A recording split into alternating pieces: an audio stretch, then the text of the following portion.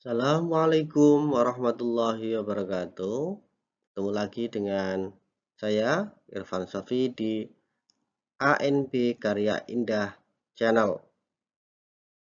Untuk seri pajak daerah retribusi daerah kali ini kita akan menyampaikan pembahasan terkait pengawasan implementasi pajak daerah dan retribusi daerah.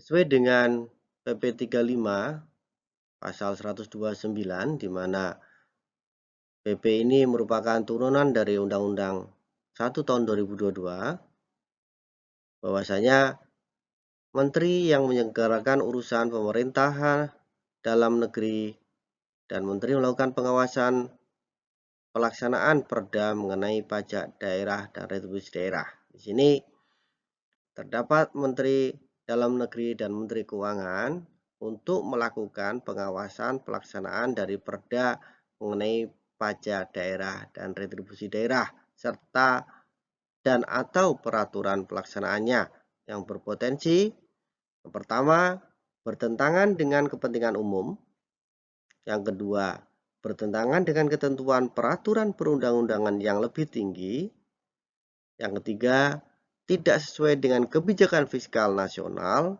dan atau menghambat ekosistem investasi dan kemudahan dalam berusaha. Berarti bisa 1, 2, 3 atau 4 potensi yang bisa dilanggar, ya. Di situ ada bertentangan dengan kepentingan umum, bertentangan dengan ketentuan peraturan undang-undangan, tidak sesuai dengan kebijakan fiskal nasional dan menghambat sistem investasi.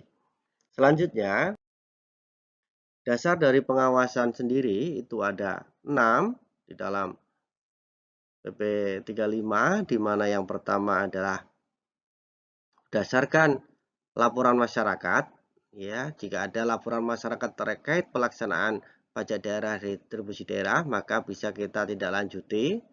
Yang kedua adalah pemberitaan media, ya, ini bisa cetak, bisa media online gitu, terkait pemberitaan khususnya yang negatif, karena pemberitaan itu ada yang positif dan ada yang negatif terkait pelaksanaan dari pajak daerah retribusi daerah. Maka kita akan melakukan, ya, analisis, ya, atas pemberitaan media dan nanti akan menindaklanjuti atas pemberitaan tersebut melalui mekanisme pengawasan implementasi pajak daerah retribusi daerah. Yang ketiga adalah kunjungan lapangan, di mana ini bisa kita lakukan, ya, kunjungan lapangan dalam hal ini adalah mungkin daerah yang tadi yang berdasarkan berita-berita tersebut atau berdasarkan laporan masyarakat atau mungkin berdasarkan anomali data dari analisis perkembangan PDRD yang nanti adalah dasar pengawasan keempat, ya, maka bisa kita lakukan kunjungan lapangan. Berikutnya adalah analisis pengembangan PDRD dalam hal ini jika terdapat data-data yang anomali atau mungkin ada perubahan yang signifikan atau aneh datanya dan sebagainya, itu bisa kita lakukan pengawasan juga. Yang kelima adalah sumber informasi lainnya. Selain tadi ada laporan hasil pemantauan untuk yang terakhir gitu ya. Laporan hasil pemantauan, laporan masyarakat, pemberitaan media, kunjungan lapangan, analisis perkembangan PDRD, dan sumber informasi lainnya yang bisa digunakan sebagai dasar untuk melakukan pengawasan pajak daerah retribusi daerah di pemerintahan daerah baik itu provinsi atau maupun kabupaten kota. Bagaimana dengan proses pengawasannya? Dalam melakukan pengawasan PDRD tersebut, menteri dalam hal ini adalah Menteri Dalam Negeri dan Menteri Keuangan berkoordinasi dengan menteri atau lembaga teknis, ya, terkait atau pemerintah daerah. Dalam hal berdasarkan hasil pengawasan, terdapat pelanggaran dan atau ketidaksesuaian dari 6 tadi dasarnya, maka Menteri Keuangan merekomendasikan perubahan atas perda mengenai pajak daerah dan daerah dan atau peraturan pelaksanaannya kepada menteri yang menyelenggarakan urusan pemerintahan dalam negeri. Dalam hal terjadi pelanggaran dan atau ketidaksesuaian menghasilkan pungutan atau denda sebutan lain dan atau ketidaksesuaian, maka kepala daerah di luar yang diatur dalam undang-undang mengenai AKPD wajib menghentikan pungutan berdasarkan rekomendasi menteri yang menjalankan urusan pemerintah dalam negeri. Ya.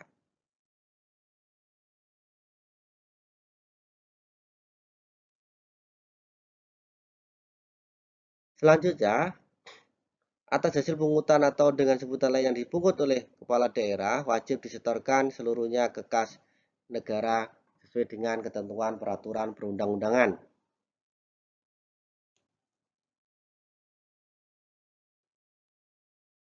Berikutnya, menteri yang menyelenggarakan urusan pemerintahan dalam negeri menyampaikan surat pemberitahuan kepada kepala daerah berdasarkan rekomendasi Menteri Keuangan paling lama 5 hari kerja terhitung sejak tanggal surat rekomendasi diterima. Surat pemberitahuan paling sedikit memuat pelanggaran dan atau ketidaksesuaian Perda mengenai pajak daerah revisi daerah dan atau peraturan pelaksanaannya, rekomendasi perubahan Perda mengenai pajak daerah revisi daerah dan atau peraturan pelaksanaannya, dan rekomendasi penghentian pungutan pajak daerah dan retribusi daerah. Kepala daerah wajib melakukan perubahan Perda mengenai pajak daerah dan revisi daerah dan atau peraturan pelaksanaannya berdasarkan surat pemberitahuan dalam jangka waktu paling lama 15 hari kerja terhitung sejak tanggal surat pemberitahuan diterima. Dalam hal kepala daerah tidak melakukan perubahan Perda mengenai pajak daerah revisi daerah, Menteri yang menyelenggarakan urusan pemerintahan dalam negeri menyampaikan rekomendasi kepada Menteri Keuangan untuk memberikan sanksi kepada kepala daerah. Berikutnya, perubahan Perda mengenai pajak daerah revisi daerah wajib disampaikan kepada Menteri yang menyelenggarakan urusan pemerintahan dalam negeri dan Menteri Keuangan paling lama 7 hari kerja terhitung sejak tanggal penetapan Perda pajak daerah dan retribusi daerah. Demikianlah seri pajak daerah